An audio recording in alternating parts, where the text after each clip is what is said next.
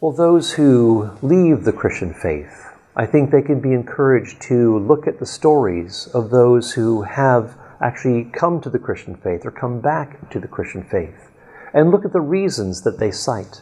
And keep in mind, too, that all of those reasons are not the same. People are wired differently and will often find their way to God in different ways.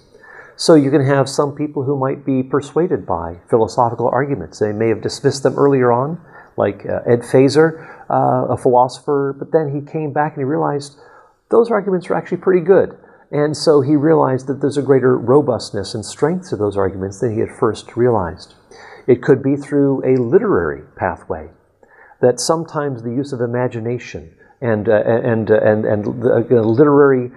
literary turn can actually help people to see things from a different way, to imagine things differently. It just opens up new pathways, gives a new way of seeing things that you don't get by arguments for God's existence, for example.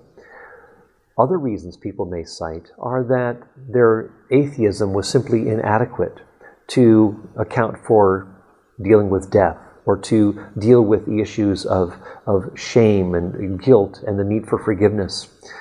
Francis Spufford, who wrote, a Brit who wrote a book called Unapologetic, the subtitle is How Christianity Makes Surprising Emotional Sense.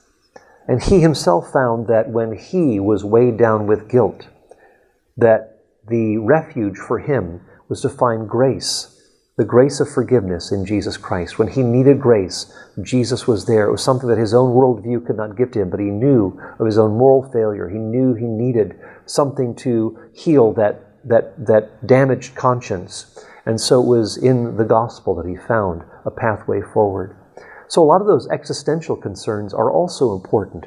Guilt, the need for security and significance, the need to overcome our fear of death, and these sorts of things.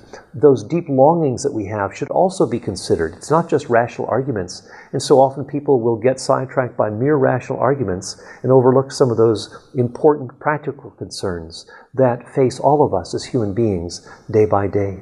So those are just a few things that we can talk about in terms of why people come back to God, and sometimes it's through the church.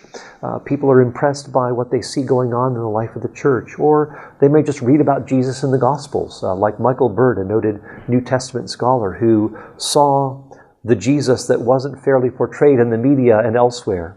But as he read the Gospels, he was so struck and moved even within his own heart about who this Jesus is and how he offered forgiveness, how he spoke with authority and command and power and so forth.